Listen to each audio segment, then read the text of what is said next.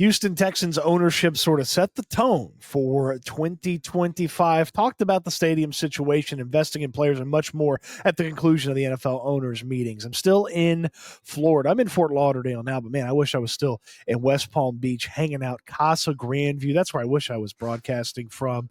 What a beautiful accommodation I had when I was there in West Palm Beach. CasaGrandview.com.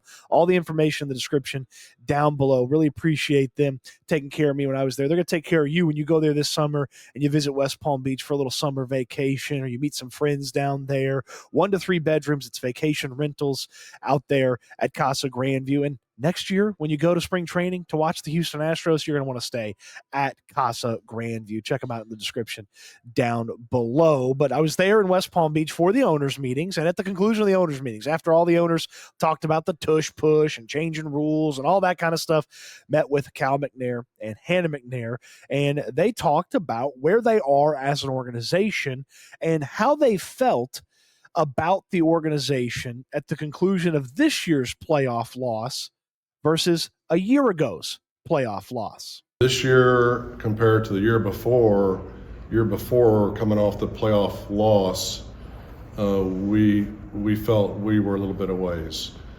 This year coming off the playoff loss, we felt we were pretty darn close. So I'm sure in the offseason the moves are making and at the draft, and there'll be some more moves here all through training camp right up to the season, and then even in the season.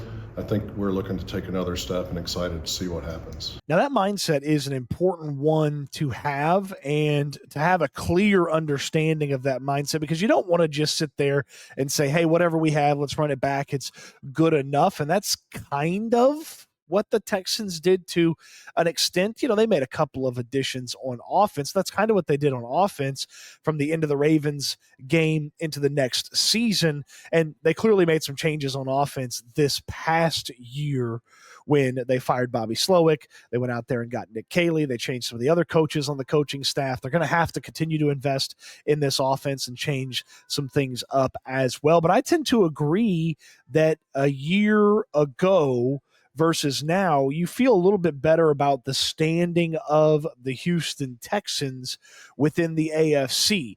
I would say that with the understanding that we all expect the offense to be a lot better, or at the very least somewhat better, with the new direction on the coaching staff. The defense a year later is a much more known quantity. I mean, to have played the Chiefs as tough as they did in that playoff game, to have had the run that defense had there, that they really set the tone and established themselves as a top defense. And then now with some of the additions and the hope that players are going to get better, they have the chance to be established as an elite defense in the NFL. You do feel really good and probably great about where the defense is.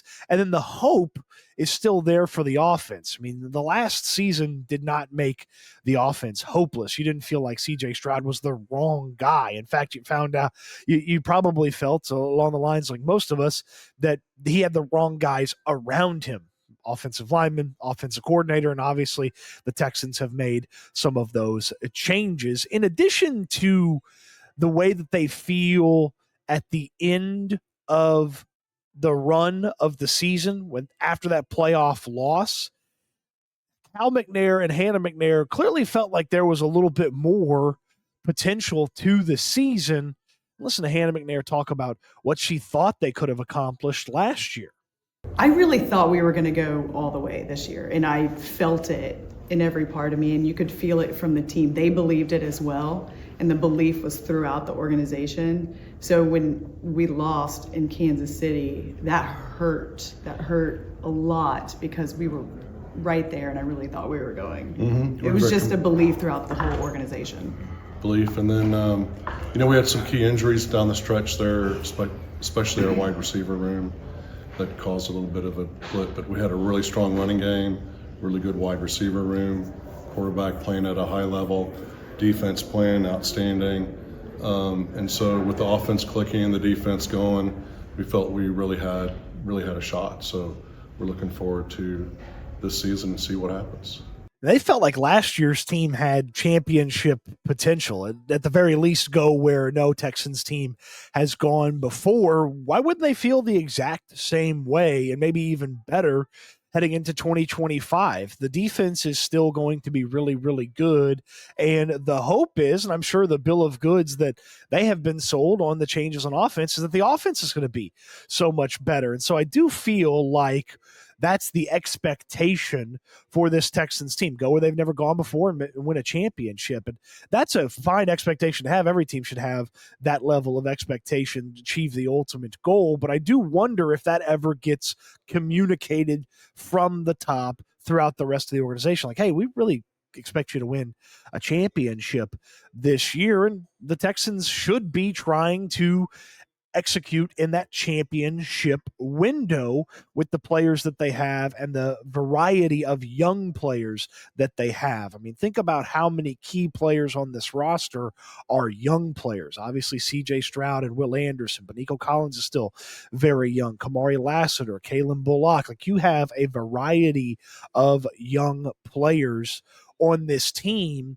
and you should be thinking championship window. And I don't know if they would have won a championship if they were able to get past the Kansas City Chiefs. The AFC championship game would have been very difficult, but they'd have definitely gone where no Texans team has gone before. And I do feel like heading into 2025, before the draft happens, before training camp, before you see some things shake out as the rest of the offseason and preseason happens, you should probably be thinking that the AFC championship game and an opportunity to win something that this organization has never won is probably where they should go in 2025. Quick moment here from my friends at Casa Grandview in West Palm Beach. That's where I stayed as I was there covering the NFL annual meetings, the owners' meetings as they're better known. And man, it is a first class establishment. They do vacation rentals. It's not a hotel, okay? It's not some sort of sterile environment with a whole bunch of people around. It's vacation rentals. And when you walk in to that vacation rental, it's unique. It's different. It feels like yours. I walked in,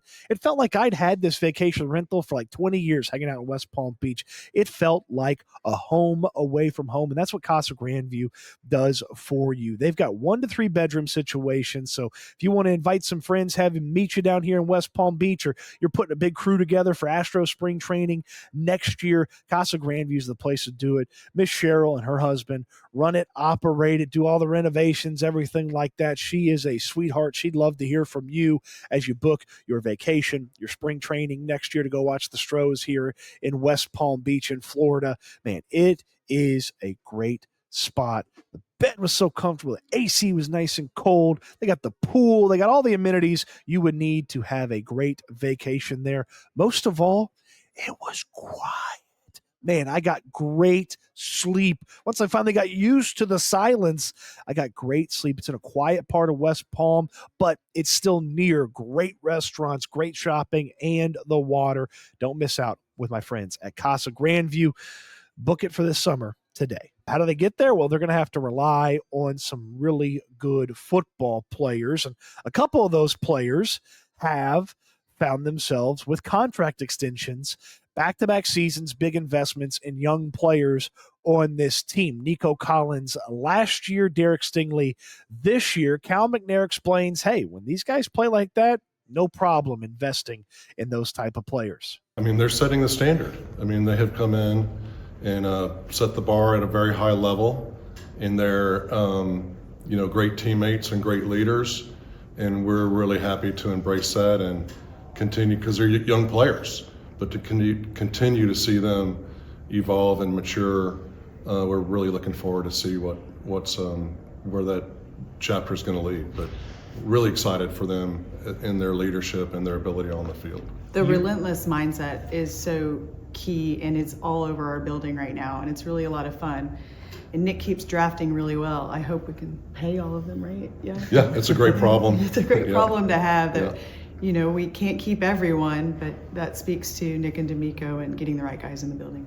Now, Collins got here before Derek Stingley and was sort of that lost draft class for Nick Caserio. Came in, didn't have first or second round pick, and just had a couple of third round picks, but still was able to get, backup quarterback situation with Davis Mills, and ultimately Nico Collins the prize at a sort of lost draft class for Nick Caserio. But Stingley was really that first pick in the rejuvenation, the retool, the rebuild of the Houston Texans. He had some very nice things to say about the McNairs at the conclusion of his press conference when he talked about his extension. The McNairs had some very nice things to say about Sting.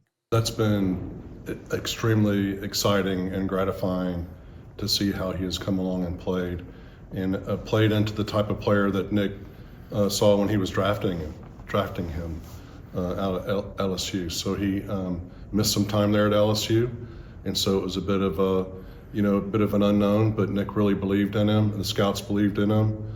The coaches worked on it. He put his head down, as you've seen. He's a very humble but very hardworking player that loves football, leaves it out on the field in practice and in games, and it showed that he's an elite player and doing everything the right way. And so I think we were excited to go to him early and extend him and show him that we appreciate all he's done and all he's accomplished. And there's a lot more for him in front of him, so it's exciting.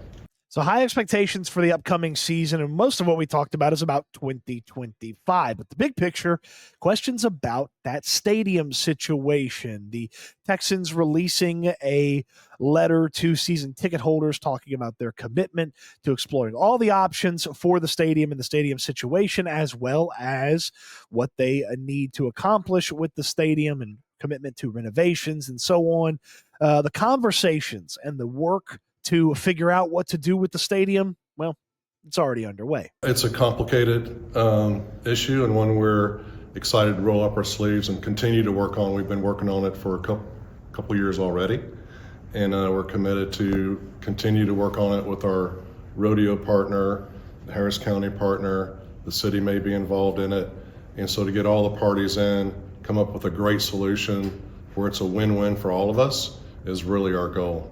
So not a lot of information there from Cal McNair. Just, hey, there's a lot of conversations that have to happen, working with the various groups to make things happen with NRG Stadium, and I'm assuming the surrounding areas as well. It's worth noting that that's really all that can occur right now at NRG Stadium. No massive renovation project can really get underway right now. It's too late to do anything here in 2025. Next year, the summer is occupied by the World Cup. The World Cup will occupy a good portion of the summer, so you can't do any sort of renovations, changes, adjustments there in 2026. So you're really looking at 2027 as the earliest time, but the city, as well as the county, the livestock show and rodeo, the Texans, they all have to figure everything out in a good, timely manner, because if you fast forward to 2 years from now, when you think about, okay, well, renovations, changes, adjustments, all that gets started 2 years from now, that's just 5 years left on the lease for the Texans, and figuring out exactly what works for the Texans, as well as the livestock show and rodeo, as well as the county and the city and so on. There's a lot of conversations, a lot of bureaucracy goes on, and of course, going to have to find some money at some point, either the McNairs or the rodeo or the city or the county or whatever. If there's adjustments to be made, it obviously costs money as well. But we're a couple of years away from anything massive happening with that Houston Texans stadium situation, but it is something to just kind of keep in the back of your mind. The owners meeting, finishing up with the owners of the Houston Texans. What'd you make of the conversation? Do you have the same expectations for the Texans in 2025 that it feels like the McNairs do? Let me know in the comment section down below. On your way down there, give me a thumbs up on the video. Subscribe to the channel if you haven't already. Don't forget SNL with myself and Landry Locker from the Locker Room. We do it each and every day, 4 p.m. Sometimes there's an adjustment when I'm traveling, but 4 p.m. each and every day on YouTube, each and every weekday on YouTube. We got a great charity event that we're associated with this weekend, charity softball game. We'd love to see you out there. Put that information in the description down below as well. And of course, don't forget to visit my friends at Casa Grandview. Casa Grandview, the luxury casual establishment that you need when you're visiting West Palm Beach. That information, of course, in the description down below. Appreciate you watching the video. I hope you enjoyed it, and I can't wait till we talk Texans again soon.